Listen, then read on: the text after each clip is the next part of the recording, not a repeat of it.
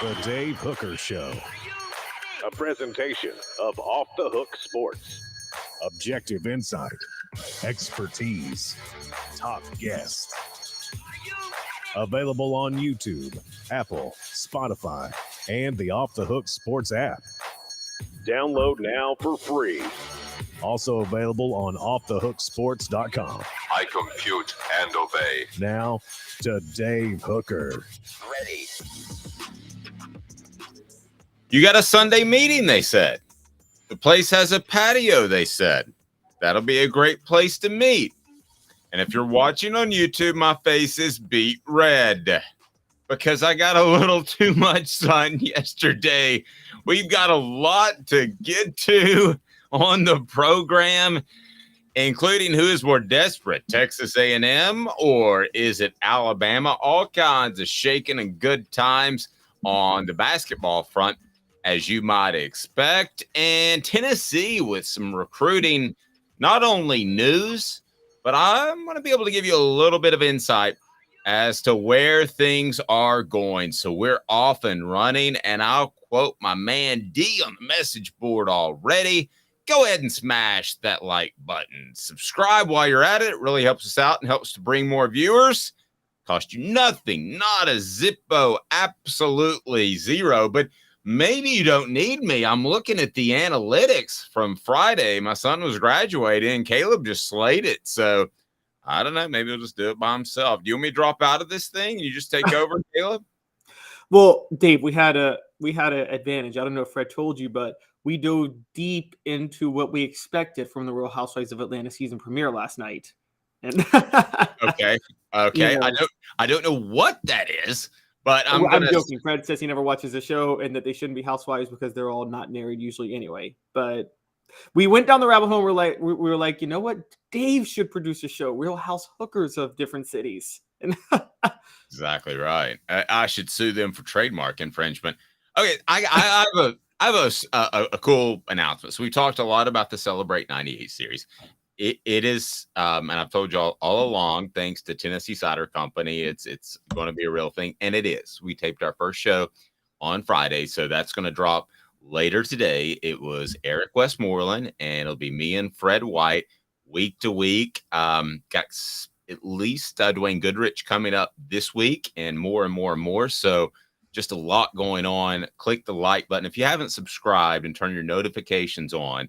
Whether or not you are on YouTube, whatever podcast platform you're on, turn the notifications on because those are going to drop sporadically. For the most part, they'll drop on a Sunday night or beginning of the week, but they'll be 2 and 3 and 4 sometime, some weeks. And so we want you to go ahead and do that. So I did wear my sunglasses, so I look like a pink raccoon. If you haven't gotten on our YouTube channel, please do that. And we love it. So a lot to get to.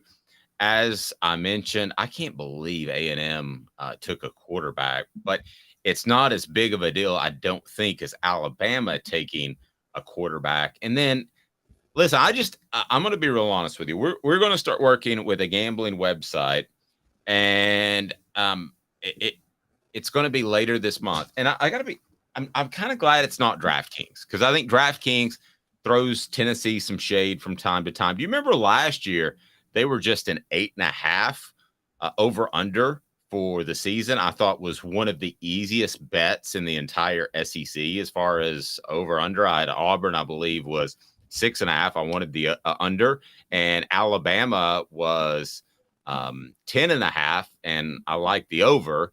So, but we're going to get to that by DraftKings, but we're going to announce a major partnership with a gambling website that we're really excited about. And it's kind of neat because we've got a lot of bets that we can do, like prop bets. Like we could say Joe Milton's going to throw for more yards this year than Spencer Rattler. There's all kinds of fun stuff that we're going to be adding to the table. But the Celebrate 98 series has gone through production and is the first installment is done. And we will drop that later this afternoon. So if you haven't set your notifications on, then that means you don't want to celebrate the 98 team and you don't want to hear from every superstar that was on that team. So get the notifications on, please. Just take 1 second, one Mississippi. Do that for me, whether it's YouTube, download the app, whether you're on Spotify, Apple Podcast, I don't care. But I want you to enjoy this summer. This is a passion project for me. Am I a guy that's about making money at the end of the day for my family? Yes, my son's going to an expensive college. But would I do this for absolute free to celebrate 98 series? I absolutely would. So I'm very, very excited. I feel weird asking this. So don't, Caleb, don't tell me how I did, but you watched the whole thing. It's an hour, okay? So it's long. It's something you want to come home and watch because there's not good sports now, which overpaid NBA players.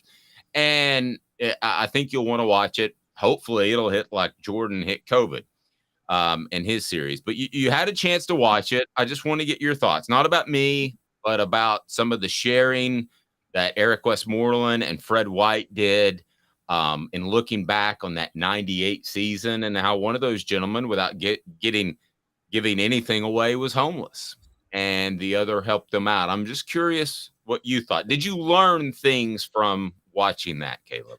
Yeah, it stood out to me, and I do believe I always kind of gathered this about the 98 team, but it really didn't hit until watching it. And you guys will see it when you see the interview, but the closeness of that team was unparalleled. It reminds me of there aren't, and I feel like that's common, Dave, with a lot of championship teams that don't have a superstar that drives them to a championship. I think of like the late 80s. The only thing I could say compares to the 98 team would be the late 80s Detroit Pistons that of teams that I know were extremely close, where they all had a deep bond. And I feel like you guys will get that with watching the 98 series. Wow, that is a very flattering comparison. I mean, that you took that away from that means a lot, man. I appreciate you saying that. All right, so a lot to get to on the program. I actually got emotional. One of us, I'm not going to say who, but one of us did get teary. It wasn't me, but one of us got a little teary-eyed. So I'm excited. I'm excited, and I hope you enjoy it throughout the summer. So, and D says it'll be great to listen to Rolling Through Texas or the Mojave. D, by the way, is a trucker, so he's all over the place. And D, at some point, I need your help because I know a lot of companies are looking for truck drivers, and I can help them find it. So, at some point, shoot me your email. I'm Dave at offthehooksports.com because we're looking for a trucking company actually to partner with. Am I trying to get advertisers during the show? Maybe a little bit. All right, but we got to keep this thing rolling. So let's do it. Tennessee Cider Company, by the way. I'll tell you more about them as we go on and people talk about moonshine. Here's the bottom line. I've done a live show and somebody said, hey, do you care to drink our product? I did a live show from a moonshine distillery in Gatlinburg. It tasted like rubbing alcohol, and I took a shot of it on the air, and I thought I was about to die. These Tennessee ciders from Tennessee Cider Company, wowzers. They are incredible. If you got a young lady and you're like, hey, maybe she needs my wife needs a couple of pops, sometimes on a Friday night, but she doesn't like the taste of liquor. Well, Tennessee Cider Company. And you can order online. I'll tell you more about that as the week goes on. We have a ton going on, and we're excited about it. So let's go ahead and start right here and now with Tennessee recruiting. And that's always important. So you're going to find, especially over the next coming weeks, it's going to start our show off a lot because recruiting used to be a December sport. It's now a May and June sport. And it's a really, really big deal. Kellen Lindstrom from Glendale, 4-star prospect, Glendale, Missouri, has committed to Tennessee. Now, a little bit of a discrepancy as far as how big of a commitment this is. 247 Sports has him as a 3-star. The 24/7 composite has him as a 4-star.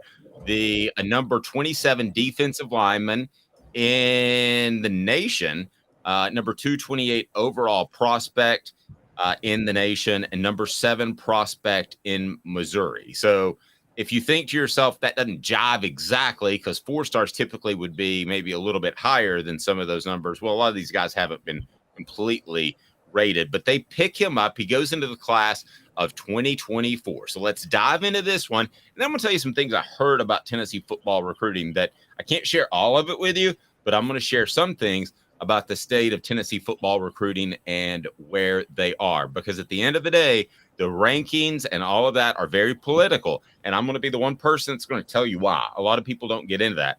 I'm kind of unique in this position because I covered recruiting so closely. And I don't care to tell you the truth because I don't run a recruiting website. But I will tell you this. Kellen Lenderson, I think, is a very significant pickup. So according to 247 Sports, he did have offers from Alabama. He did have offers from Arkansas, did have offers from Auburn and California. I hate the term committable offers. Can't speak really if they're committable offers, but I don't think there's any question this is a high 3 to 4 star guy that Tennessee would take no matter how great recruiting is going. According to Alan Trieu, play speed and ability to disrupt play stands out immediately, has the frame to grow into a lot of directions, and could project to almost any spot along the defensive line. He ain't going to be a tackle, I don't think, at 6'5", 235 pounds. I think he's going to be an end that's going to be about 250 pounds. Talk to somebody about him over the weekend. Big pickup. Let's play my game. This is an anywhere, somewhere, or nowhere guy. That's our ranking. This is an anywhere guy, okay? So anywhere means that you could go to any school you wanted to. Somewhere means, there's only a few Power 5 schools that like you. And nowhere means head on down to Division II. I'm going to go ahead and dub this an anywhere guy with the Alabama offer in tow. What do you think, Caleb Calhoun, of Mr. Lindstrom? Yeah, this is an anywhere guy. This is definitely an anywhere guy. I think that now whether or not he starts anywhere is a different story. I think the only thing that held him back, Dave, quite honestly, with his ranking, I think he would have been in the mid 4-star range. I think people were just a little nervous about his level of competition in high school, which, you know, that there is a lot of that's weighted a lot with a lot of these rankings. And I understand that we've talked about in the past, there have been massive busts that looked like 5 stars because they were playing against weak competition. A lot of times they were in-state Tennessee guys playing in a rural Tennessee county with no competition. And so I think there's a concern about that. But you're talking about a guy that ranges 235 to 245, perfect for an edge rusher on one side. Can definitely get to the passer. Seems like he's got at least enough physical ability to be able to stop the run and you're right, he's not going to play tackle, but he could probably get in between the gaps to stop the run if he needed to. And so I think the versatility, that's a big part of what Tim Banks does, particularly on the line, particularly because he runs so many different blitz packages. And I think because of that, this is a pretty good pickup. And it also, more importantly, because we talk about pipelines, I know Missouri is not a great recruiting state, but there's some talent that comes out of there every year. You know, a few guys that come out every year. And Josh Heupel is still showing he's got that pipeline into Missouri. And that's also why I don't think he's ever going to stop running up the score on Missouri when he plays them.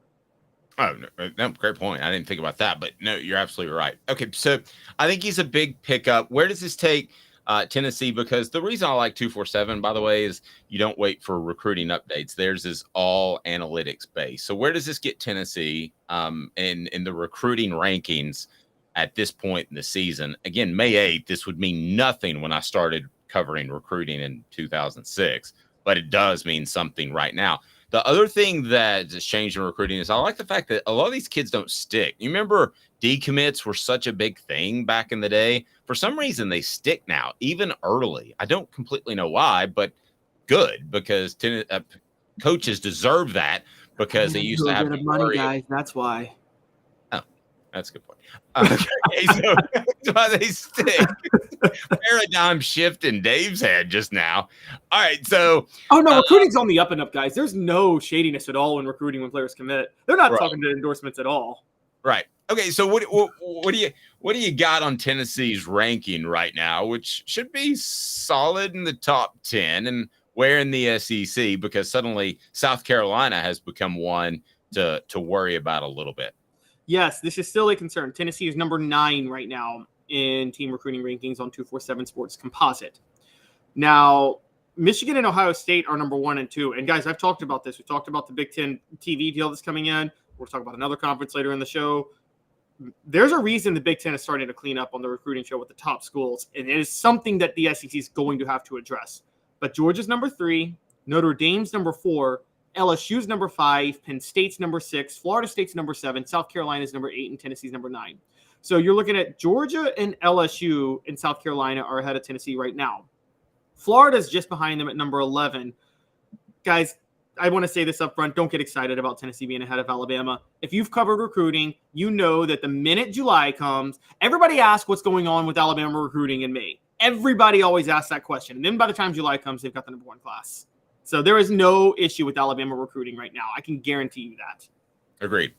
Perfect lead in, Caleb. So here we go. So I was talking to somebody well-placed within the program last week. So I'm going to give you a little bit of insight, and you need to file this away, because the next evolution of Tennessee recruiting are these type of guys, being able to get a guy that Alabama wants, that Georgia wants. And I've said that before, but I'm going to bring some more information to the table right now. So based off the source I talked to, is there are a couple of guys. This is not the end of the world because of the transfer portal. There are a couple of guys that have been brought in that are a little bit incomplete. Okay, that are either not as physically gifted as some of the guys that you need, or maybe aren't as great as functional football players that you would like. I think Justin Williams Thomas is a great example. Justin Williams Thomas came to Tennessee. He looked like Eric Dickerson was on steroids. I mean, he looked absolutely unbelievable. Couldn't find a hole, was not a functional football player. Boom, you're out in January. So this would be like a major red flag if you're bringing in handfuls of guys that aren't ready to play by year 2 at the collegiate level.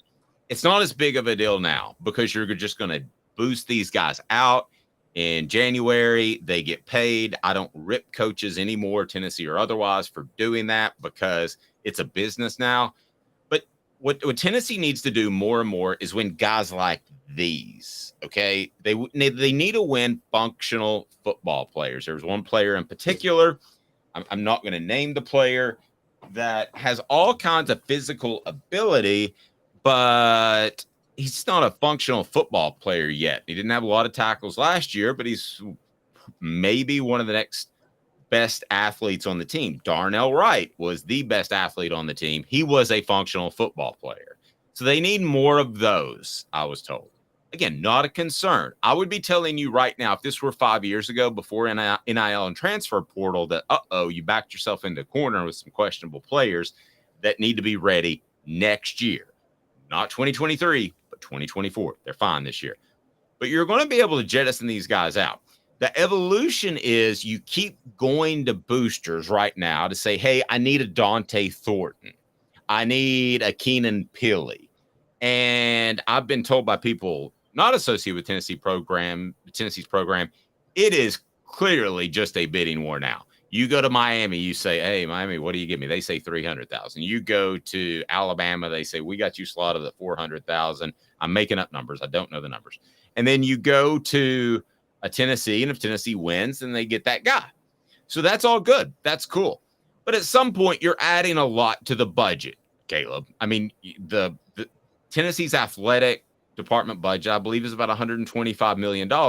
You don't want to add an extra $5-10 million in NIL money to that your boosters have to pay out, unless you're winning back-to-back championships, and then they'll be fine with it. So this is the type of guy that they need. That being said, there are some guys on campus that are going to get jettisoned. Okay, that's going to happen. Some guys that you probably even liked in recruiting. And I know I'm being a little bit unclear. I'm not sharing everything here, but there are winners too. There are guys that have showed up that are absolute winners that Tennessee has recruited. The two most prime examples are easy. Dylan Sampson, Squirrel White, right? I mean, those guys are going to have big time years. There's some other guys we talked about that I don't know if they'll play extensively at Tennessee, but that's fine since you have the transfer portal. But this type of guy, I really like. Alabama was in on him. I looked at his tape. I'm good on him. And I think Tennessee should celebrate this one. But that's kind of the state of Tennessee football recruiting. So they are not there yet. I'm going to be real honest with you. I don't get paid anything by UT. I don't have any sort of partnership with UT like some other media companies do. That's where Tennessee is. Okay. And this is the type of guy that would signal a bit of a change in direction and winning some of the Alabama and Georgia recruiting battles. Caleb, the ultimate is when Tennessee, and I don't want to harp on 98 like I'm some old man, but the other one, Caleb, that the real class, the thing that changed everything was the Georgia trio. It was Cozy Coleman, it was Deion Grant, and it was Jamal Lewis.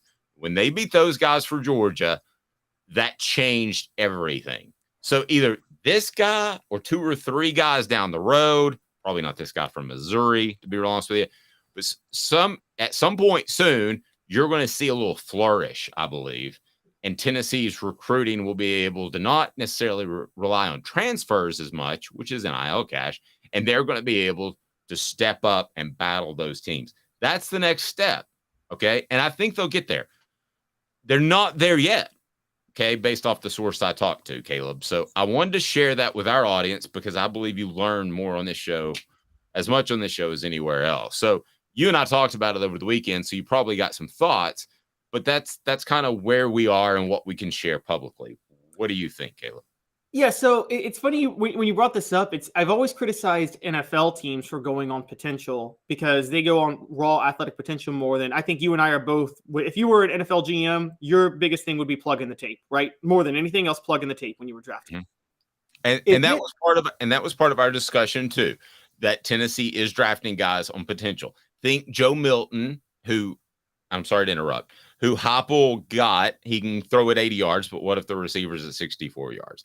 Think Ethan Davis, who I think is going to be a great player, incredibly athletic, but not a refined tight end at all. Okay, so go ahead, Caleb. Sorry.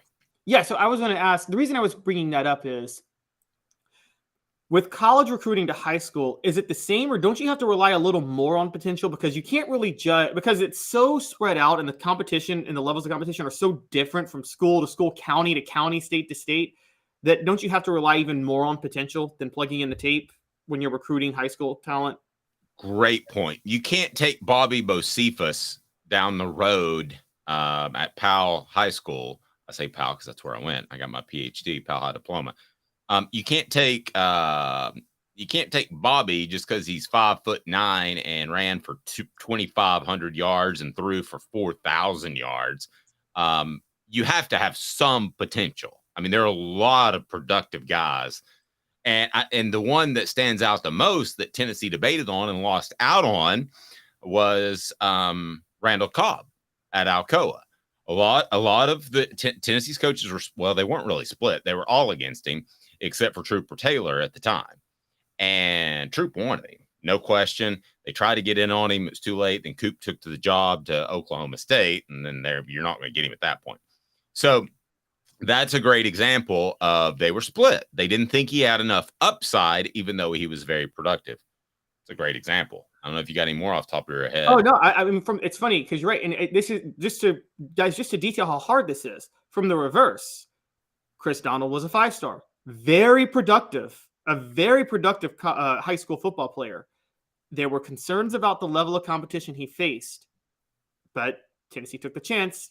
Remind everyone who Chris Donald is because you're like an encyclopedia. So remind everybody who Chris Donald is. I want to remind everybody to hit that like button. And if you haven't subscribed yet, you just got to do that. And we appreciate it. But the like button helps us bring more people in during the show. So even if you're watching one of the replay versions, we air live at 10 o'clock each and every weekday. So remind those who Chris Donald is. Okay, so Chris Donald was a 5-star linebacker in the Eric Berry class. He helped push that class to number 2 in the country in 2007. He came out of Huntington High School in Huntington, Tennessee. All due respect to the people from Huntington, there's no way to measure a football player in Carroll County, Tennessee. There's just no way to know football talent. It's not Jackson, it's not Chattanooga, it's not Memphis, it's not Nashville, and it's not even Knoxville, for that matter. Just like Patrick Willis, who Tennessee passed on. It was tough to judge him because of who he played, and then he went on the NFL Hall of Fame. But yeah, yes. Exactly. It is really hard at the high school level because of these issues, because Unlike what's happening with college football, where all the talent's about to get consolidated into the top with the SEC and the Big Ten taking over everything, it is still massively spread out with high school. And so you're right. You're going to have to draft a little more with raw talent. So Chris Donald was one of those guys he took a shot on, and it just didn't work out. It was, and again, the competition was a concern when he was was recruited. I mean, I think you and I may agree he may have been up to a 5-star because he was productive and Tennessee wanted him, and we know how politicking goes with rivals at the time. I will say this when it comes to potential. There's one thing I'll say, because you've talked about this a lot. There's a pretty good track record of player development with Josh Heupel, better than a lot of other coaches I've seen. And maybe he believes that he can go a little more with potential because he knows how to develop players and maximize what they can do. I mean, we saw this with Nick Saban. Maybe not even develop them, but just maximize what they can do. You talk about running backs that couldn't hit the hole. Trent Richardson was the worst of all time at not seeing the hole, and Nick Saban still found use for him. I mean, and he was the fact that whoever in Oakland decided to draft him should have been fired as a GM immediately because it was so obvious he was not an NFL running back. Well, and in college, it's easier to hit the hole when there are 5 holes. Alabama creates 5, yes. Yes, I mean it's way easier, much easier to hit the hole. Have you ever seen the picture of Richardson in Oakland where he like the hole's so wide on one side and he goes the other? It's the most infamous like missed hole of all time. We got to share the screen if you haven't. We can do that on the way back, but I want to get to DraftKings and what they think about Tennessee. And they've got Tennessee at a very interesting number of the win-loss total. So I want to get to that. And Joe Milton is on the Heisman board. They think he has a shot. I'm a voter. I'll tell you whether or not that's the case. We're going to be back in a deuce, as in Fred White. 2 minutes. He's Caleb Calhoun. I'm Dave Hooker, Off the Hook Sports. And Craving Wings South North Shore location, where we've heard people say that you can get the best wings in East Tennessee. Pero ¿quién es este? El número 87, Jacob Warren. I'll just do 6 of my sauce 87, please. Imposible, señorita. Dale 6 más. Look at these wings. Perfectas, deliciosas, fantásticas. Man, I don't know what you're saying, but it sounds awesome. How do you say fresh, never frozen in Spanish? Frescas, nunca congeladas. Make your way to Craving Wings and get you 6 más. But what was funny about Cadis, we were a full continuum of care at that time. We had detox, we had inpatient, we had outpatient. So we were doing a lot of the things that we do now. But now we just do them so much better. It's really a simple program, but we're complicated people. I am what I am, and now I gotta do something about it. You can take your life back. Call Cadis today. Got cataracts? We can fix that. Never miss another moment. With a little help from Doctors Campbell, Cunningham, Taylor, and Hahn at cctis.com. Do you want to own the more that owns every job? Then get to Vassey Lawn and Garden in Cleveland and get you a Toro. I'm David Vassey, here to talk to you about Toro. With a Toro Zero Turn, you'll get more out of every minute and you'll reach the finish line faster. At Vassey's, we like to say, no matter if you're mowing 3 acres a week or 11 lawns a day, homeowners and business owners alike find confidence in equipment they can trust from top to bottom. Vassey Lawn and Garden, Highway 60 North in Cleveland. Man alive, it's worth the drive. Our family has been creating jewelry since 1986, each piece unique with a story all its own. I'm Rick Terry with Rick Terry Jewelry Designs. I'm a jeweler, and I want to be your jeweler. We're grateful that you chose us to be Knoxville's best jeweler. My family and staff look forward to serving you. So please come see us. Kingston Pike and Campbell Station Road in the heart of Farragut and downtown on Gay Street, right next to the Tennessee Theater. A college football tradition like no other. Yes, sirree, boys and girls. Or a guy that just won't leave. Wow, that is sad. The Dave Hooker Show, YouTube, Apple, Spotify, and the free Off the Hook Sports app. A presentation of Off the Hook Sports. Back to Dave Hooker. So some of these gambling numbers are out. I want to go ahead and tell you, well, you're a gambling guy. Do you believe in long-term prop bets? Oh yeah. Some of those are the best. The only thing I don't believe in are parlays because those are the ones that just, they get 80% of their profits on from you, and they are so enticing and they're so hard to say no to. The hardcore gambling guys tell me not to do long-term bets because it ties up your money. Somebody that won't tie up your money is Craft Treats. Go to crafttreats.com. I'll tell you more about that as we get to 4 downs. As Vegas has begun to weigh in some over-under numbers of what you can expect from the Vols. And I don't bet, especially don't do long-term prop bets, but I would have blown Vegas out of the water and what they thought about Tennessee last year. So here we go. 4 downs. And right now, brought to you by crafttreats.com. 4 downs. 4 questions. 4 answers. The Dave Hooker Show. 4 downs. A presentation of offthehooksports.com. All right, here we go. So let me throw this out there right now, and I'll tell you what I think of it. Why DraftKings is absolutely wrong. DraftKings set Tennessee's football team with a 9.5 over under and wins this season. The Vols at plus 2,800, which means if you bet 100, you get 2,800 for the national title. Those are the 12th best odds. So a lot of people seem to think Tennessee's in that 10 to 15 range, including Vegas. I don't agree, but we'll discuss why. Joe Milton III, Junior, Senior, Esquire, has the 10th best odds for the Heisman at plus 2,000. I'll tell you why that would be a bad bet, even though I love me some Joe Milton. Everybody's going to say that I don't like him now, but I do. But first, you got to go to crafttreats.com. Crafttreats.com. Just open up another tab and think about your pet. Your pet absolutely could use it, whether it has digestive issues, anxiety issues, or maybe arthritis. Man, my little boy Thaddeus loves it, and he's getting a little older, and I can tell arthritis is a thing, and I use the chill pills, crafttreats.com. Use the promo code off the hook, get 20% off with the chill pills with that CBD derivative that will help your pet. So here we go. 4 downs. I'm going to tell you if that Vegas DraftKings is right or wrong. By the way, for those that don't know, ESPN is not going to get toppled by Fox Sports. They're going to get toppled by Bally's and DraftKings Network. That's what's going to happen. Did you see where they bought? Did you see where they bought the Dan Le Batard show for $50 million? Yeah, but ESPN has been smart. They partner with Caesars. So they got out ahead of this and set up shop in Vegas. The real issue is because I think Bally's is in trouble. Some of these sports books, they jumped into sports gambling so quickly because it was rising and didn't think about what happens when.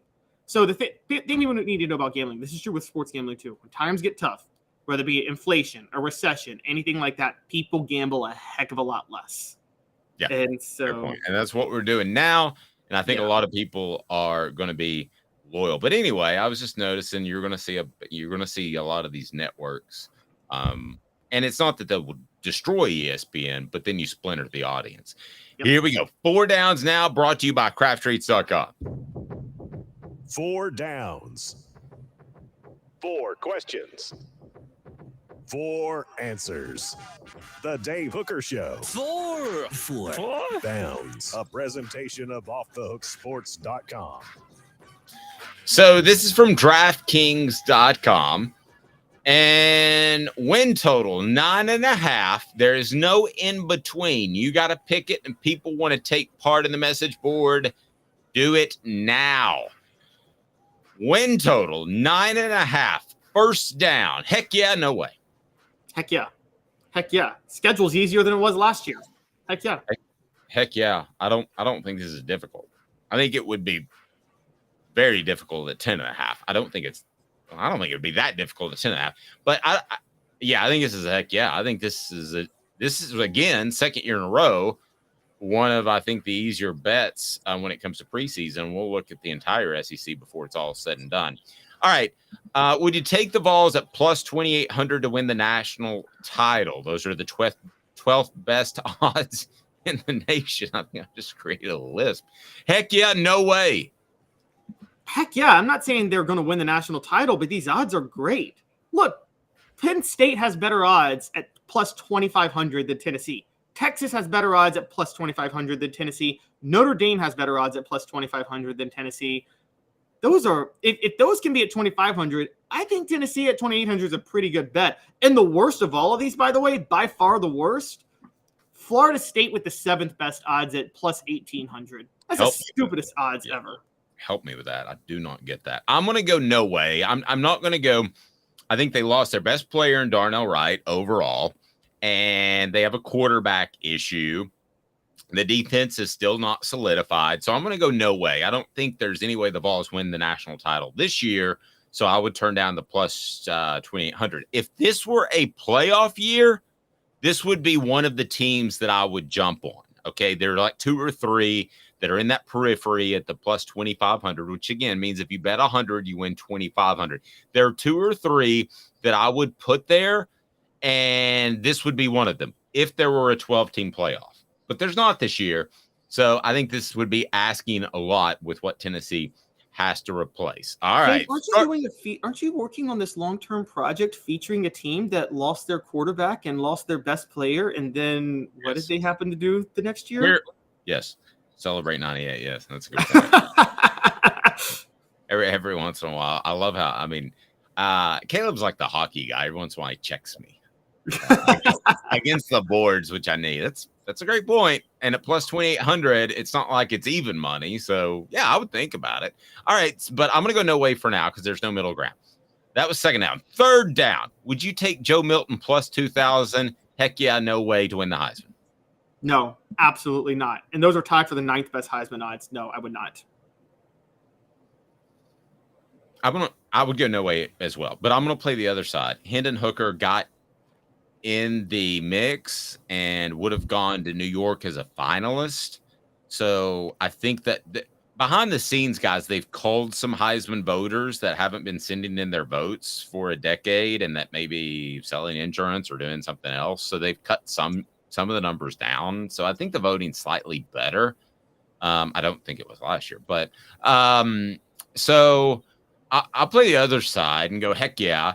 I think Joe Milton, if you want to drop 100 on that to win 2,000, is not a horrible bet because people will be watching Tennessee's offense. They weren't watching Tennessee's offense in May of 2022 and then into September of 2022, but they'll be watching. So he doesn't have the preseason Heisman hype as a player, but Tennessee does as a team. So I'll go, heck yeah, I would drop 100 on that. But Dave, they're going to hold him back a little. People who are going to watch now are going to be a little disappointed because we've talked about they're going to change their offensive philosophy a little bit this year. They're going to focus a little bit more on moving the ball because one of Dylan Sampson, but 2, Joe Milton's better at throwing over the middle and less on the deep shots, which Hendon Hooker, like you take those deep shots as much as possible with Hooker because of his arm and how accurate he was. Joe Milton has a bigger arm, but isn't as good on the deep ball. Well, but now wait a second, brother. I think they're gonna change their philosophy a little bit, but I think it's like going from an Audi to a BMW. I mean, they're not going to go from an Audi to a Chrysler. Okay, all right, fair enough. I'm just saying. I think you're going to see some more long drives. I think people are going to want to see what they saw with Hooker last year, and they're not going to see that. You're not going to see 5 touchdown passes against Alabama. I don't think you're going to see that. Okay, well, I'm going to go. I'm going to go. Heck yeah. I would take this. All right. So, and then the last one I made up myself, and this is not according to DraftKings or anybody else. Tennessee to finish at the end of the season, end of the regular season, because I don't really count bowl games until we get in the playoff. And then I've thought about this. I'm going to adjust the way I judge teams completely. But Tennessee to finish 6th or better. So I've got 6.5 in the rankings, in the CFP rankings at the end of the year. That's 4th down. Do you take the Vols to finish higher or lower? And I'm going to give myself some credit. I think I kind of nailed a pretty good number there. Okay, you did 6.5. Did you like it? 6.5. I like it. Thank you. You're the gambling guy. I didn't know if it's any good or not, to be honest with you. I'm gonna go lower. And here's why. There's going to be 2 SEC lower, teams. You mean 7th or worse. There's going to be 2 SEC teams finish higher than them, I think. I think they'll be the third best. They'll have the third best finish in the SEC. There's going to be an ACC team by default because they played in the ACC finish higher than them. And there's going to be 2 Big Ten teams finish higher than them. And probably 1 Big 12 team, again, by default because they play in the Big 12. It's going to finish So are higher. you getting into a little bit of the politics of it by 2 other SEC teams, or are you just stacking teams? I'm stacking teams. Like, okay, so I think that, again, even though they're playing at home, I think they're losing to Georgia this year. I do. I think Tennessee's still going to lose to Georgia at home this year. Georgia's going to finish higher than them.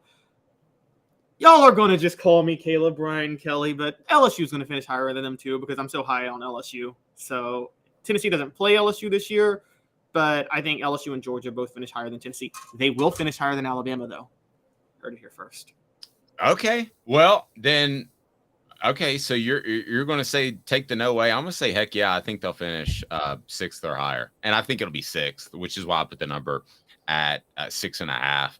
So, again, you've got the – and this is not the Georgia – I just want to clarify to everybody. This is not the Georgia team that went into 2022 that I knew from my sources had incredible talent. They lacked some motivation throughout the season, but that they weren't going to take a step down in talent from their first national championship team. I knew that.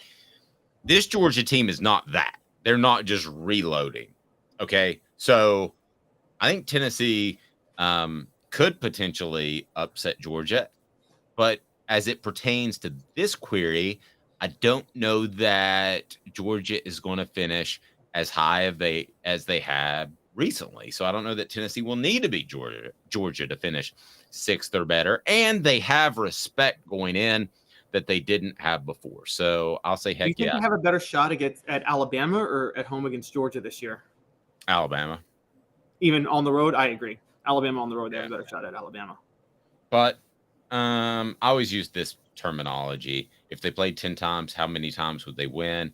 I think based off what I'm hearing from Alabama and Alabama fans, you're going to call me crazy and this crazy Tennessee fan, which I'm not. I'm objective. But I think they have a 50-50 shot to beat Alabama on the road. I think that they have a 30% chance of beating Georgia at home. Is that fair?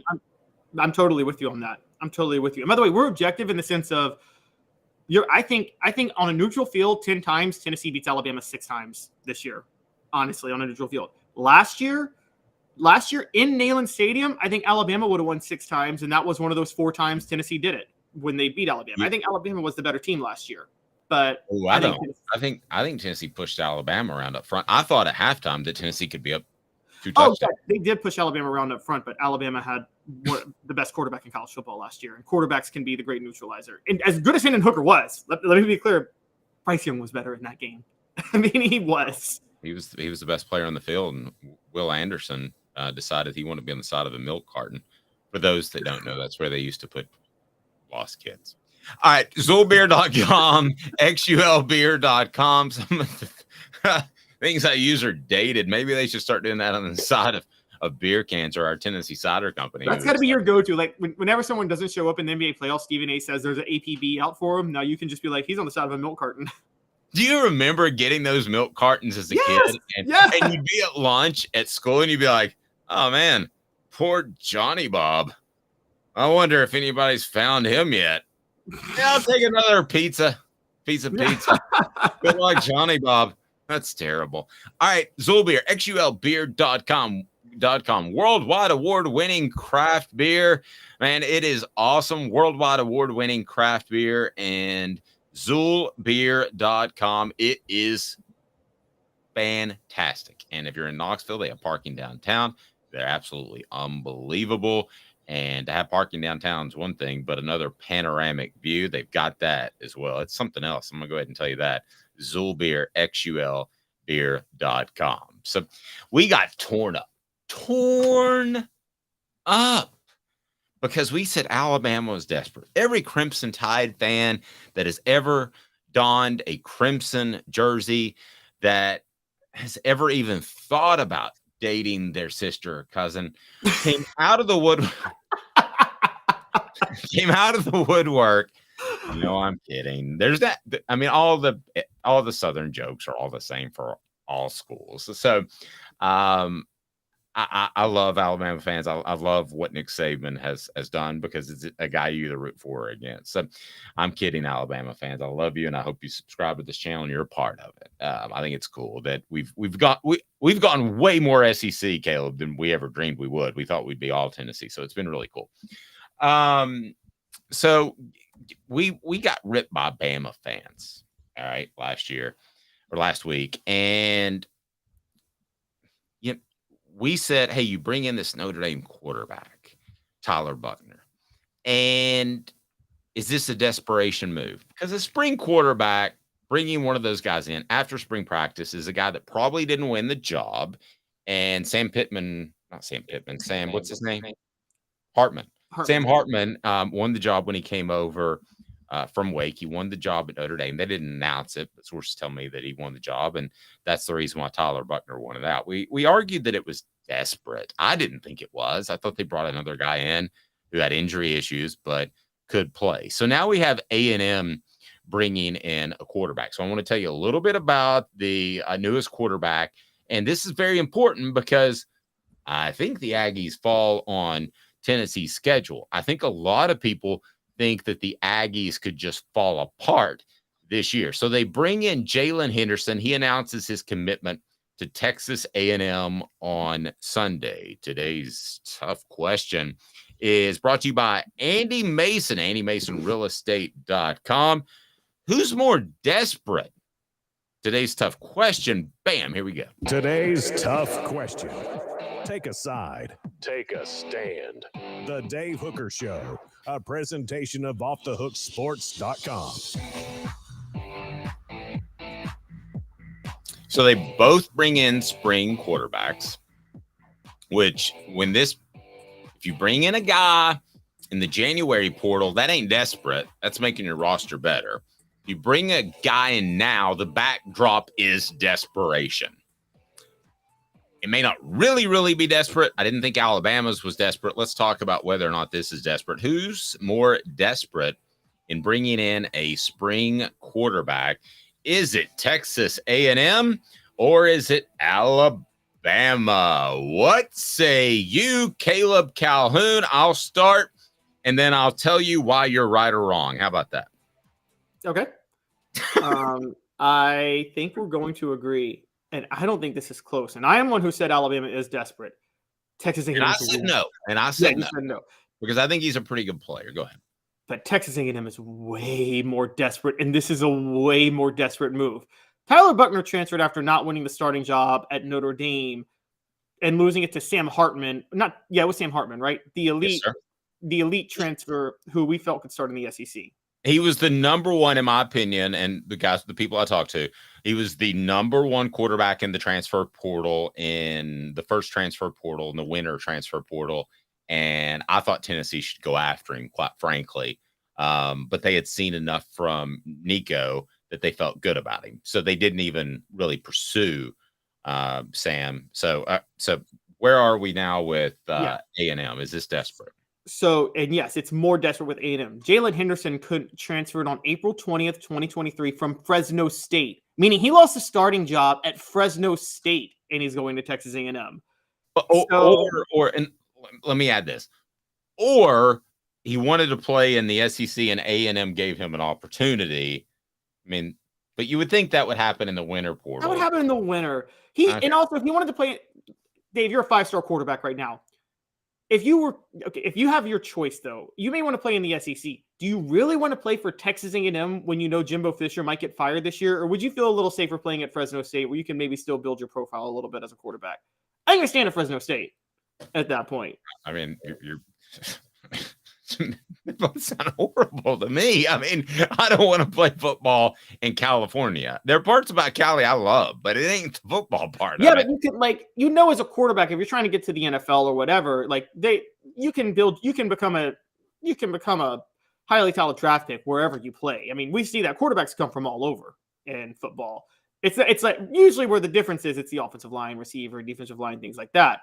What I'm saying, this past year was a bit of an anomaly with so many SEC quarterbacks taken. But what I am saying is that he was desperate. He wanted to play somewhere. Texas A&M was desperate. They needed a starter. They just threw it out. They just threw it with their hands. They're like, all right, we'll take him. Let's see if this works. This is beyond desperate by Texas A&M.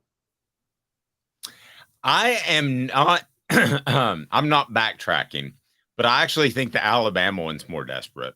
I think this is a guy for depth, but they've got the Connor Wigman kid, and I think that he's going to be the starter. I think Jimbo Fisher. I think this is a little gamesmanship. He didn't say that he's going to be the starter, but I think he'll be the starter. This kid that they brought in is a 3-star guy.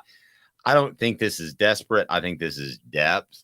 I actually think the Alabama one, I'm not backtracking, but I think the Alabama one is more desperate than this. You are all over the place, Dave. No, I'm not, man. I guess I just don't think that. I think this is for depth. I think this is bringing in a dude that he's at Fresno State, and maybe he had an aunt that lived next to Texas A&M, and he saw that he could get food there, and the facilities were way better. And he's like, I'd rather be a backup at A&M, which there's no shame in that, than a starter at Fresno State. I don't think that at all. And I don't think he would. I don't think you would rather be a backup at A&M than a starter at Fresno State. Look, again, quarterback is not other positions. If you're a quarterback, you want to be able to start because you can actually build your profile. Carson Wentz was a number 1 draft pick out of North Dakota State. Again, quarterback is the one position where it doesn't really matter where you play when you're trying to build your profile. It doesn't matter what conference you play in. It doesn't matter what team you play for. I think we've noticed that. Travis says, I'm old Waffle Dave. You watch it, Travis. I'll walk down to the shipping department and have your shirt canceled. It hadn't gone out yet, but it's going out today. So I'm kidding. The Alabama one to me feels desperate because I know Jalen Milroe can't play. Okay. I mean, and I know Texas A&M as a team can't play. Right. I know the whole team can't play. Oh, maybe it's desperate by the kid who transferred. I don't think it's as desperate by A&M. I think they want to add depth. This is a 3-star guy, unless he's some. There just are not a lot of misevaluations of quarterbacks. Have you noticed that? Usually the quarterbacks from high school to college are at least starters that are 4 or 5 stars. I mean, for the most part, I know you've had a situation with Brian Moore, and then the most recent kid. What's that? He was a 3-star, though. So, yeah, that was. Okay, he's a 3-star. I mean, you've had situations where guys have gotten shuffled through recently at Tennessee, but I think that's because of an offensive change. So I don't think that – I don't think either is incredibly desperate. I think the Alabama one is more desperate. Go ahead and click that like button, subscribe. But first, AndyMasonRealEstate.com. Let me tell you something else about the Alabama situation that I heard over the weekend. But first, AndyMasonRealEstate.com. If you want to save thousands or tens of $1,000s, go to AndyMasonRealEstate.com. Over 40 years in his office of experience in buying and selling houses in the Knoxville area. AndyMasonRealEstate.com. He is great. So go ahead and reach out to him if you have any real estate needs. I'm about to do that very thing here in the next, maybe this week. So AndyMasonRealEstate.com. So some things I heard about Alabama. I do not believe that bringing in Tyler Buckner was a depth move. Now, I haven't heard from my sources in A&M yet. When I do, I'll let you know. And I may change my mind tomorrow, to be real honest with you. But I think that the Buckner thing was, hey, can you come here and play? Let's give this a shot. I think Ty Simpson would have played in front of Jalen Milroe, and Bryce Young got hurt last year. If Simpson was ready, he obviously wasn't. There's concern there about long-term future. And then Jalen Milroe managed to turn the ball over 5 times in one game. That's tough to do. So that's what I heard over the weekend. I think it fortifies your point, but I just like to share what I heard, Caleb. If Ty Simpson didn't make a push, if Ty Simpson wasn't the guy that they threw in there last year, then when Jalen Milroe is turning the ball over approximately every 8 minutes, then that tells me that Ty Simpson's not even close to ready. And you bring in another quarterback. I mean, I kind of thought in the back of my head, nothing I heard, but thought in the back of my head, Ty Simpson's going to come out and win the job in the spring. And because we know Jalen Milroe can't protect the ball. He hasn't. From not only publicly, but people that I talk to, okay? that to me means that was your next 5-star great guy, right? It was supposed to be Jalen Hurts, Tua Tagovailoa, and then it was Bryce Young, and your next guy is? It was supposed to be Ty Simpson. It's not Ty Simpson. So I'll give you credit. Last week, you called it desperate. I'll give you a little bit of desperate on that. How about that? Okay, I appreciate that. I also find it funny that it seems like Tennessee has a lot more success with quarterbacks from Alabama than Alabama does with quarterbacks from Tennessee. That is weird. Yeah. Condrich Holloway and T. Martin, both from Alabama. 2 legendary quarterbacks at Tennessee. Alabama goes and gets Ty Simpson. And it was a big blow to Tennessee fans, by the way. People forget this. Heupel was in his first year. Taven Jackson had committed to Tennessee, but they were still desperation because we didn't know how good or bad the program was going to be. It hurt Tennessee fans hard when Ty Simpson committed to Alabama. I don't think they're feeling that bad anymore. No, they're cool. They can roll with that. Yep. That's good. I mean, so if you get Ty Simpson, it changes. It's so funny how these things can change the trajectory of an entire program, and really they can change the future history of what happens. If they get Ty Simpson, do they get Nico? I don't think so. Oh, I don't think so either. And there's rumors, Tennessee played UT Martin last year. Ty Simpson's father is UT Martin's head coach. And let's just say there's not a lot of love lost between Jason Simpson and the University of Tennessee. Interesting. Okay, there. Did not know that. Is that the Lane Kiffin gift that keeps on giving? Because he didn't connect with in-state coaches, and there's still some in-state coaches that are. I mean, that's the thing we haven't ever talked about Lane Kiffin. There's still some in-state coaches that are mad that they lost touch with Tennessee, and then you follow that up with Dooley, who didn't go to any high school football games during his tenure. Literally, did not go to one single one. And then you have Butch Jones, who tried, I guess, and then you have Jeremy Pruitt, who is a defensive coach. So I wonder if that's one, because Fulmer had that reputation as well, that he didn't recruit as much in state, but it really wasn't fair to Fulmer. Fulmer got the best player. Lane Kiffin did not recruit in state well enough. He didn't make the long-term relationships. He didn't think the in-state talent was going to be good enough long-term. Campbell, Cunningham, Taylor, and Hahn. I do wear sunglasses now, as you can see if you're watching on YouTube, because I've got raccoon eyes and a sunburn. But I don't wear contacts and I don't wear regular glasses because they fix me. I can see long. I can see far. I can see wherever I want to. Almost X-ray vision. And they're local. Campbell, Cunningham, Taylor, and Hahn. They did the LASIK surgery with me. They can do the cataracts if you've got someone in your family that's getting close to that point. And when your vision starts to get a little worse around 50, those are most oftentimes cataracts. Maybe not severe cataracts, but a lot of times those can be taken care of. Okay, you may not know that, but that blurry vision, the close vision, you don't need a readers if you get LASIK. So keep that in mind. They're local doctors, and they've got their vision centers that can take care of your annual checkup. They're just simply awesome.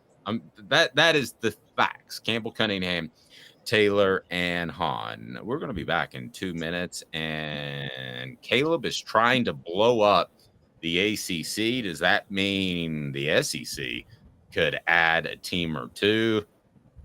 I ain't rolling anything out. Did anybody think that Texas and Oklahoma was about to be in the SEC? 2 minutes. He's Caleb. I'm Dave, Off the Hook Sports. I know you like the heat. You got to try my signature sauce 87. Dude, I love you and I love to try your wing sauce, but when it comes to wings, I need them really hot. I hit 105 on the radar gun. I need to be pretty spicy. Yeah, I know that, man. Look, if sauce 87 isn't enough for you, I guess you can try the Holy Moses or the Grim Reaper. Now we're talking. Take it from these Farragut admirals. When you're craving wings, it's got to be Craven Wings. Visit them online at cravenwings.com. With all that sun, sand, and salt water, the beach is a very relaxing place. Unless you wear contacts. Ow! Open your eyes to the best the beach has to offer with LASIK vision correction from Campbell Cunningham Laser Center.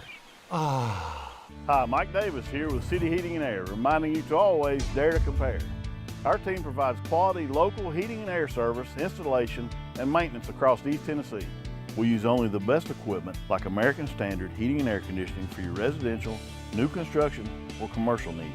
Honesty, dependability, and customer satisfaction have been the cornerstones of our business since 1961.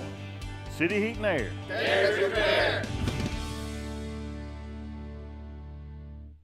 Before Cadis, I was really heavy into the drug culture. I was selling drugs. I was just constantly in pain. I was missing like a good support system in my life. Cadis has given me everything that I need in order to successfully have a wonderful recovery, in order to have a life that I didn't even know was possible. And it's not just about me anymore, and I love that. I absolutely love it.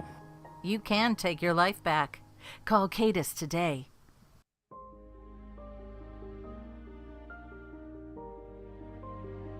Our family has been creating one-of-a-kind pieces of jewelry in West Knoxville since 1986. Each piece is a combination of unique processes that bring your idea to life. Every day in our shop, a truly special item with a story all its own is being manufactured in our facility, bringing the history and family sentiment into a whole new generation of life. We're grateful that you chose us to be Knoxville's best jeweler, a title that we value and respect. Because to me, being a jeweler and owning a jewelry store are not the same thing. I'm Rick Terry. I'm a jeweler, and we want to be your jeweler. Kingston Pike and Campbell Station Road in the heart of Farragut, and downtown on Gay Street right next to the Tennessee Theater. Who's this guy? Hello, wizard. The Dave Hooker Show, a presentation of Off the Hook Sports. What? YouTube, Apple, Spotify, and the free Off the Hook Sports app. Back to Dave Hooker. Caleb has an interesting theory on what the H today that we're going to get to. It looks like there may be a way for some ACC teams to get out of their contract, which is insanely long and insanely punitive to get out of it for like another 8 years. You have to pay like $250 million or something silly. I'll look up the numbers. Caleb, if you can do that, I'd appreciate it. But it's just bizarro. So that's why the ACC teams have not been have not been poached, because to get out of their ACC contract, it is incredibly different. But first, we want to talk some hoops. So hang tight for that, because I would love to see Florida State and Clemson enter the SEC. Love it. There's part of me that would like to see Georgia Tech because of the history there. They were in the SEC. Tennessee and Georgia Tech had a great rivalry. Tech in the middle of Atlanta. I think it would help Tennessee. We'll get to all that. But first, we got hoops. BJ Edwards, Lady Vols, all of that. And a lot happened over the weekend as Tennessee hoops is rolling forward. And I want to start with this before we get specifically to what BJ Edwards entering the transfer portal means. With the guys that have come and gone, do you believe there is any sort of philosophical change whatsoever? Because I know where you're going to go. You're going to say no immediately. But whatsoever to add some shooters to open up this offense a little teensy tiny bit, recap what they brought in, and kind of give me your thought.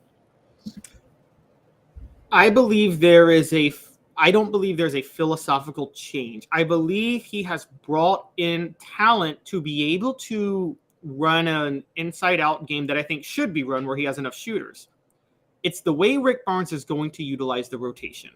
So I'll tell you this right now, he's not going to utilize rotation the way he should. He's going to still play big. He's going to still go for the real big guy that's more of a post guy to play at the small forward position and just crowd the paint, and it's going to be problematic. I do believe that.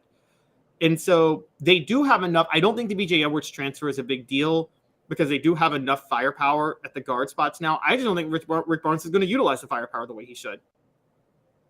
Yeah. You could be right, but I believe this, and I was rewatching some games over the weekend, some Tennessee basketball games. I think you've sold Rick Barnes short on one thing, Caleb, and I think that is Uros Plastic just didn't do a good job of getting the ball out at times. Now, I believe that when they would dump it in the inside out game is he needs to find somebody that can shoot from the perimeter, correct? And a lot of those guys, everybody would drop back and they wouldn't double down on Euros, and then they would play the perimeter shooters. So he had trouble finding people. When I went back and watched, I think some of that's on him. I think we gave him too much of a pass. I think some of that's on him. I've been critical of Plavsic from the start, but I would say that's still on Barnes because he would play him more than Adu, and I think Adu is significantly better than Plavsic. I don't really think it's close either. Wow. Okay. And I mean, I can't believe that Uros Plavsic is testing the NBA draft waters. I don't know what him. There's no way he makes it in the NBA. No, unless he grows about 3 inches and adds 35 pounds. And then even that, like, he brings the ball down every time from the board. Like, the most important thing for bigs in the NBA now is to do what you said, find the open guy from underneath the basket. And if they're going to go up, they can't bring the ball down. Like, okay, yeah, Draymond. Sorry, I got taught that in middle school. Yeah, exactly. Draymond Green is 6'8". He would, if he can play under the basket. Uros Plavsic is 7'1". Every time Uros Plavsic gets a rebound, Draymond Green would strip him. It wouldn't even be close. Green wouldn't even have to try that hard. Yeah, I don't know that Plastic, you bring up a great point, could get off a shot on a close rebound of the basket. Yeah. Yeah, he has no shot. No pun intended. Okay, so BJ Edwards is out. So you don't think there's any sort of major philosophical shift here. You just think that Rick Barnes is trying to get better at what Rick Barnes does. Yes. And for those concerned about BJ Edwards, we all thought he was going to be the next Zakai Ziegler and back him up. Zakai got hurt last year, and they still didn't play BJ Edwards. I don't think that's a philosophy thing. I don't think he was cutting it the way Barnes wanted him to. And, guys, I got to be honest. I'm hearing some rumblings that Freddie DeLeon, who was a mid-year commitment and a 4-star, is a potential superstar combo guard. Like, we're talking a 6'5" guy who can play the point and can shoot from the outside. So it's almost like a combination of Vescovi and Zakai Ziegler with another inch. That's what I'm hearing about Freddie DeLeon. Interesting. That's what they need. They need a guy who can create his own shot when all is going to heck in a handbasket. Exactly. And we're past the days where that's Kevin McHale with his back to the basket. Yes. And Kevin McHale also had Harris was drawing attention away. It's not a post guy anymore. It has to be a 2-guard. Oh, exactly. Yeah. Yeah. And I'm saying if it is a post guy, again, you can have back to the basket guys, but Tim Duncan was great with his back to the basket too. But you had Manu and Tony Parker and a bunch of shooters all around at the time. Kevin McHale, they had to worry about Parrish. Bird could stretch the floor. And so Danny. Yeah, but the philosophy of the game overall, which is what I was alluding to, I don't think anybody dumps it down in the post when they need a sure 2 anymore. The sure 2 has to come from the outside in as opposed to the inside out. That's the way basketball is. So you're thinking a Freddie DeLeon could be that guy. That would be monstrous for Tennessee. So while we're touching on basketball, the Lady Vols with some shifting. Are the Lady Vols better today than they were last week when I was at my son's graduation? By the way, Caleb, thanks for filling in. And did I cry? Yes, I did. Aww. Yes, I did. Yeah, I think they are. They added Jewel Spear, a Wake Forest transfer. For those who don't know, 2 years ago, Jewel Spear led the whole ACC in scoring, and last year she was in the top 5 in the ACC in scoring. This is a big help because she's shooting roughly between 35 and 40% from 3 right now, which in the women's game is really good. You know, the women's game good is in the 30% range. So 35 to 40% is actually really, really, really good. And she's another guard. I think that Jordan Horston was a player you turn to create something for yourself, but she didn't fit Kelly Harper's system that well because Kelly Harper likes to use bigs, and then she wants her guards to be able to shoot well from outside to stretch the floor. Jordan Horston didn't stretch the floor too well. She was a slasher. Jordan Horston would have worked in John Calipari's offense if someone ran that in women's college basketball in a dribble drive. She's not working in with Kelly Harper. So her being gone – a guy like Joel Spear coming, I do think the Lady Vols should be significantly better this year.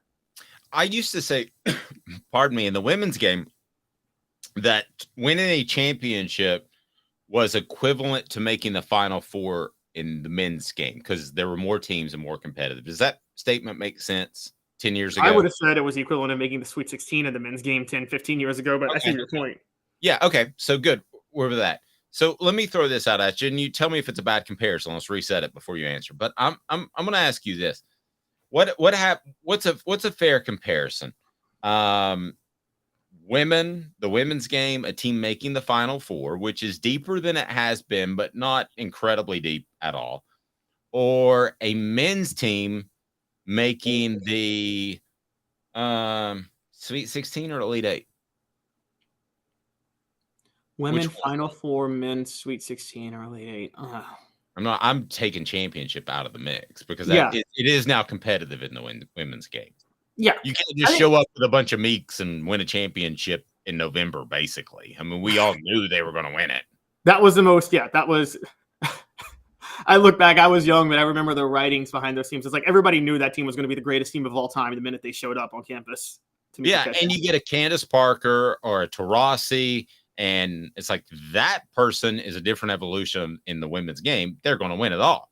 Okay, so what's the equivalent? I guess I need your help in phrasing this question because I think Sweet 16 in men's is a good equivalent of the Final Four in women's. I think that's a good equivalent. Okay, so you have to bet right now. Kelly Harper over the next 3 years. Let's assume they all keep their jobs and Rick Barnes doesn't retire. Over the next 3 years, Kelly Harper makes more or less Final Fours than Rick Barnes does Sweet 16s. Now, here's the trick. That's hot high heat right there. That's a good one. Rick Barnes has made 2 Sweet 16s in the last 5 seasons. 2019, 2020, 2021, 2022, 2023. Kelly Harper has never made a Final Four. So based on that, I would have to say Rick Barnes. But I will say this, because I'm hedging a little, I'm not very comfortable with that bet. Because Rick Barnes has made 2 Sweet 16s in the last 5 seasons. Up until 2019, he hadn't made it out of the second weekend since 2008, or the first weekend since 2008. So we had a long drought. And he's still, every single year at Tennessee, he's been eliminated from the tournament. He's lost to a lower seed. So that's a really, really big indictment. But I still think Rick Barnes has a better chance of making a Sweet 16 than Kelly Harper does a Final Four over the next 3 years. Well, I wasn't just talking about one. For goodness gracious. I mean, I think we might have to talk about one. With the support, if they don't make one in the next 3 years, I'm changing coaches on both sides. I don't care if Rick Barnes retires or not. Rick Barnes just went 3 years without making a Sweet 16. 2020. I know. That would be 6. But he made it this past year is what I'm saying. So right. He goes but 3 6 out of 7. That's not cool. No, yeah, that's true. You're right. So I'm just saying, I don't know. We'll have to see how it plays out, but yeah. Okay, so who makes the most Final Fours, or who does the best? Kelly Harper in Final Fours or Rick Barnes in Sweet 16s? Kelly Harper in Final Fours at that point, because once Rick Barnes gets to the Sweet 16, I got him losing every time. But he would make it. So he would make it. Yeah. Wow. I go Rick Barnes Sweet 16. What did you go with? Okay, once they get there, I would say Kelly Harper would do better in a Final Four than Rick Barnes would do in a Sweet 16. Only because Kelly Harper hasn't lost any Final Four games.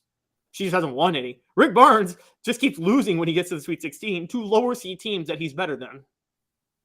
Mr. Jones asked, does Candace Parker have any daughters? I think she does. I don't know if she's married. Why don't you Google that real quick while I play the element? As a matter of fact, I think she has a kid with Sheldon Williams. That should be a great basketball player. Yes, and good gravy. Let's hope it looks more like her than him. What was he thinking? Release the hounds. The Dave Hooker Show. Keep cool. A presentation of offthehooksports.com. I was told this story that Mike Krzyzewski, when Sheldon Williams showed up on campus and they're recruiting him, one of the associate ADs pulled him aside and said, he is from Earth, right? Or is he from Mars? I'm kidding. But he does. His eyes are so far apart. Does he not look like a Martian? Sheldon Williams? Yes. Well, we found So out weird. Candace Parker is remarried. She has a wife now. Right. It does seem like she was into women, so maybe she just couldn't tell attractive men from unattractive men. He is an unattractive man. I can tell you the ones and the tens. I can tell you the Brad Pitts, and I can tell you the Sheldon Williams. He was a Sheldon Williams. And they can't even do like plastic surgery to move your eyeballs closer together.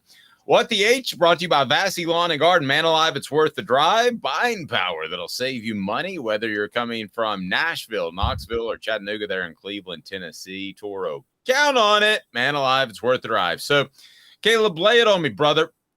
You have an interesting theory as to how Clemson and Florida State are trying to break up the ACC. And let's get to that because what they have to pay about $50 million to get out right now, according to our It's worse. Okay, it's worse. All right, so because I would love for Florida State and Clemson to be coming into the SEC in the next 5 years. I would prefer Clemson and Florida State come in over Texas and Oklahoma, to be real honest with you.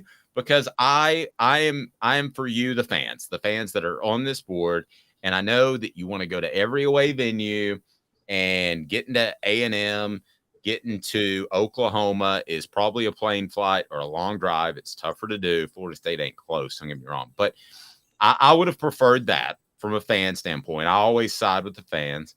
And who the hell wants to go to Missouri? Excuse my language. I mean, nobody. I mean, has anybody said, "Ooh, let's go to Missouri for a weekend"? I mean, we took a roller coaster trip through Ohio and went to Kings Island and Cedar Point. We took a vacation in Ohio, but I would not take a vacation in Missouri if it was fully paid.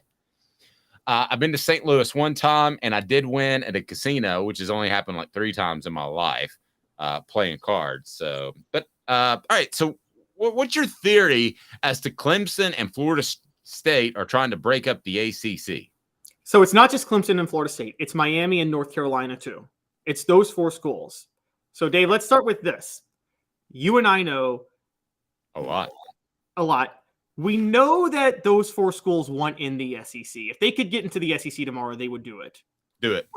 And I do know this from a very well-placed source. The SEC out of that group you mentioned would want North Carolina first and foremost. Oh, I agree. And we also know they want North Carolina the most, and we know that they would probably willingly take all 4 because all 4 would bring in a great bit of revenue for them. Let's be honest. Mm-hmm. So that part's out the way. So roughly about 2 months ago, those 4 schools came to the ACC and said, "Hey, we're tired of this equal revenue sharing," which was a deal they signed in 2016 with the Media Rights Network, ESPN. That's going to last through 2036. They said, we're tired of the revenue sharing. We're bringing in all the money. Wake and Duke and Pittsburgh and Syracuse are mooching off of us. It's time we get a bigger piece of the pie. Just for context, guys, in case you want to know, now this isn't all the revenue, but specifically television contract revenue. The ACC is bringing in $17 million. For context, the SEC is bringing in $51 million. I mean, this is a big gulf. On top of that, the Florida State athletic director recently said it's not possible for Florida State and Florida to coexist on the same sphere with this difference in revenue coming. Basically admitting we have no shot to compete with Florida if the revenue doesn't change a little bit.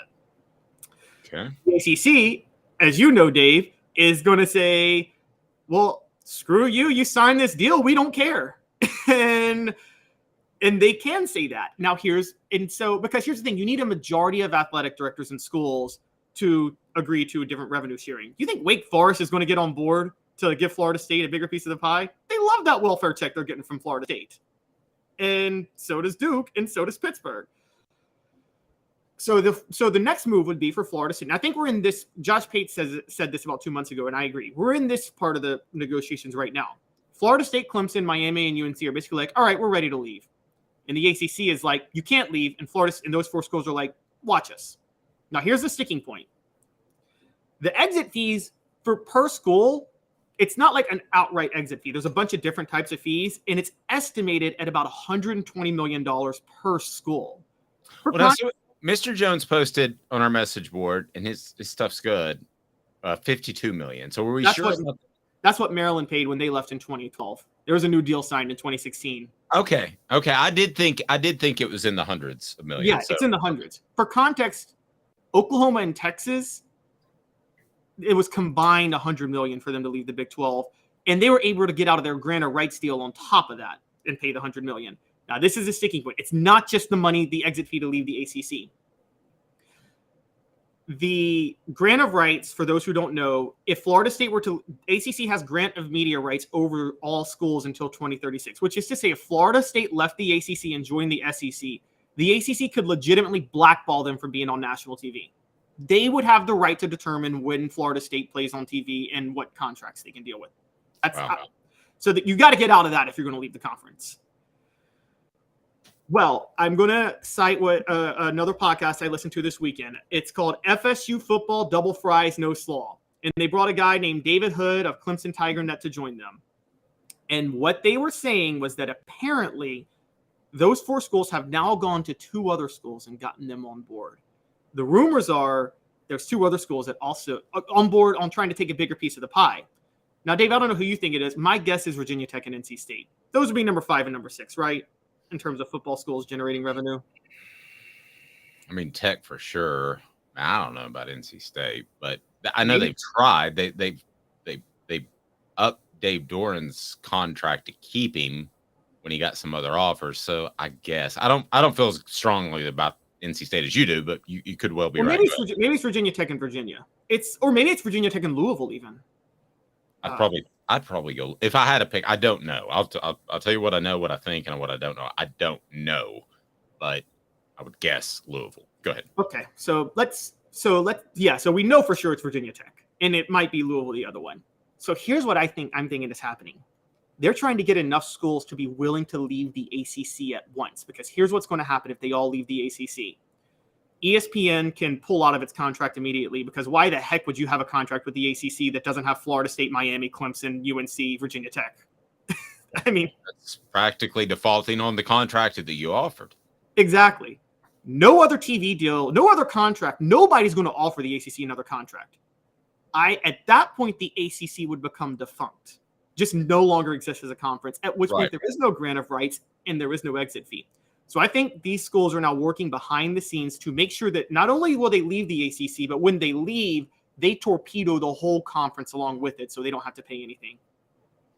Okay, so we're at a point where we think it's going to be the Big Ten and the SEC. They're going to be kind of like the AL, NL, and Major League Baseball eventually within the next 3 to 5 years. Okay, so if that's the case and you're the SEC, do you want to expand or do you want to hold tight to see what happens with that? Because you are divvying up the pie more and more. If you bring somebody in, so they better bring more money to the table. I mean, you're not running a shelter here. You're not giving free meals out.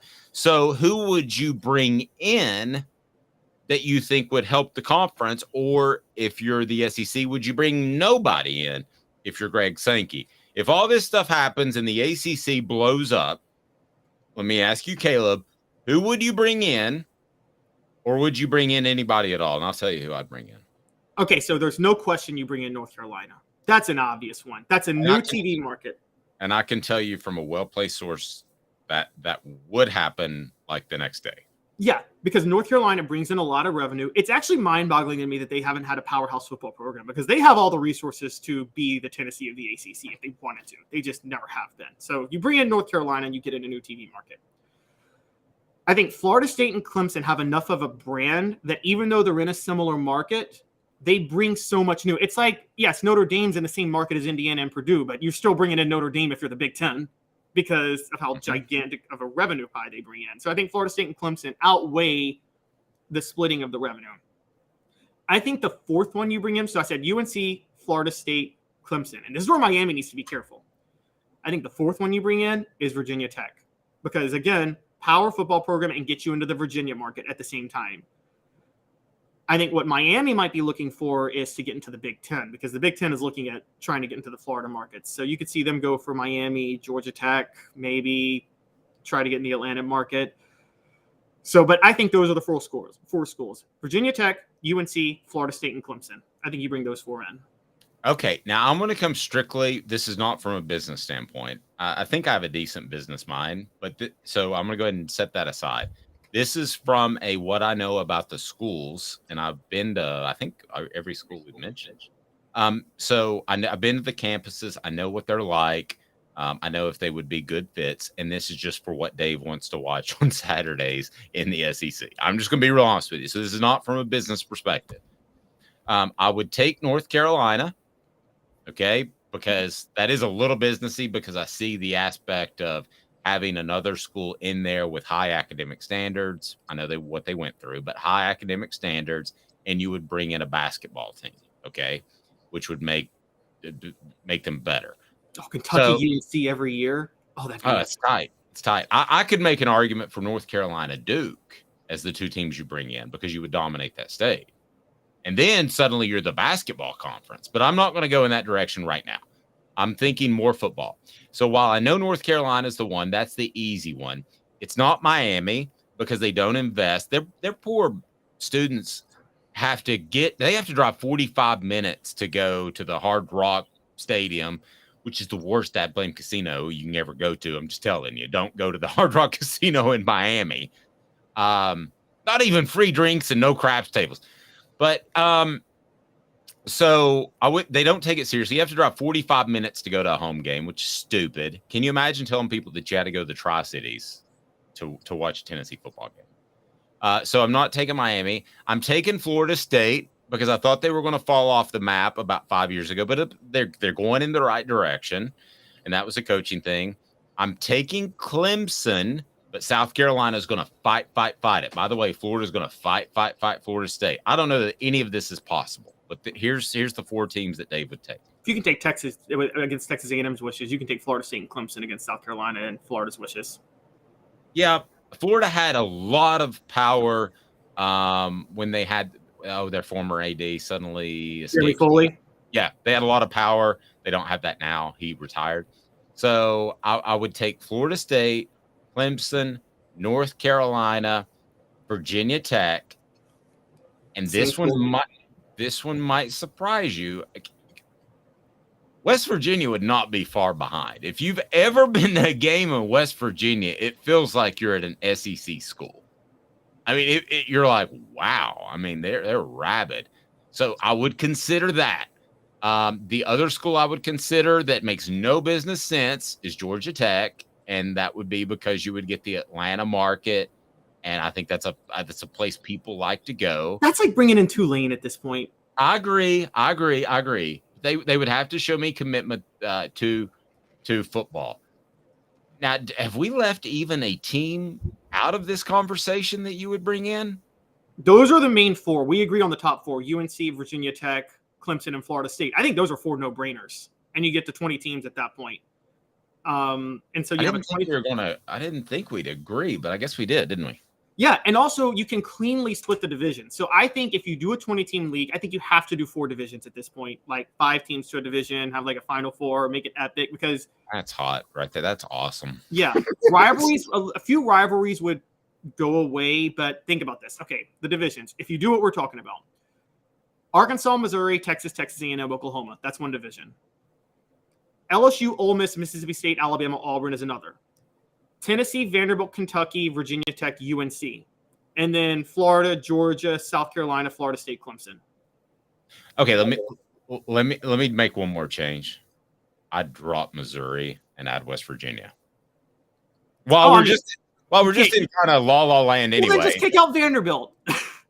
No, I'm okay with their I'm okay with their long-term history. They used to be a good football program. I'm okay with their basketball history, and the academics are significant, which is part of the Missouri reason. Missouri is pretty good academically, though. I know you hate Missouri, but that is a good academic school. They are. They probably wouldn't have taken me, but I knew I was going to Tennessee, so I didn't apply. So I love it. So the rebuilt SEC. There we go. The question becomes, Dave, do you think they're going to pull this off? Do you think these 6 schools are going to be able to pull off tanking the ACC and torpedoing it? Because if they make the jump, they have to do it knowing that the ACC will be defunct right after that. Right, because then they would have to pay the penalties. Right, exactly. Then they have to pay the penalties and the grant of rights. The penalties is one thing. I bet the SEC would willingly pay the penalties to get North Carolina, quite honestly. The question becomes the grant of rights, because what if North Carolina is in the SEC, but they can't be on TV until 2036?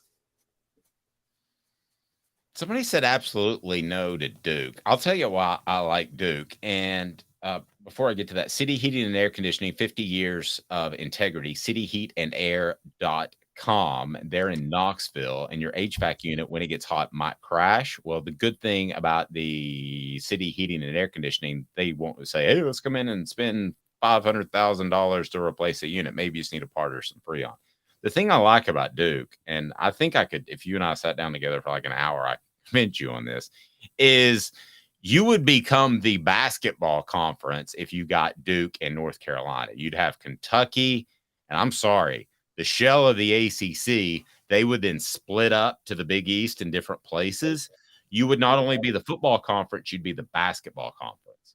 So there's an argument to be made for Duke, who has shown under David Cutcliffe that they can win at football too. They can be respectable. So don't just completely discount me on the Duke thing. Be sure and hit that like button right now. I'd greatly appreciate it. That would be awesome. If you haven't subscribed yet, do so. Our Celebrate 98 series, looking back and visiting with former Tennessee football players of the 98 team, coaches, and all of that. The first one, Eric Westmoreland, will debut this evening. So that's super cool. So be sure you're subscribed. Be sure you're a part of it. And we're live each and every day, 10 a.m. He's Caleb Calhoun, 10 a.m. Eastern, live 10 a.m. But you can check us out anytime. With Caleb Calhoun, I'm Dave Hooker. Off the Hook Sports.com.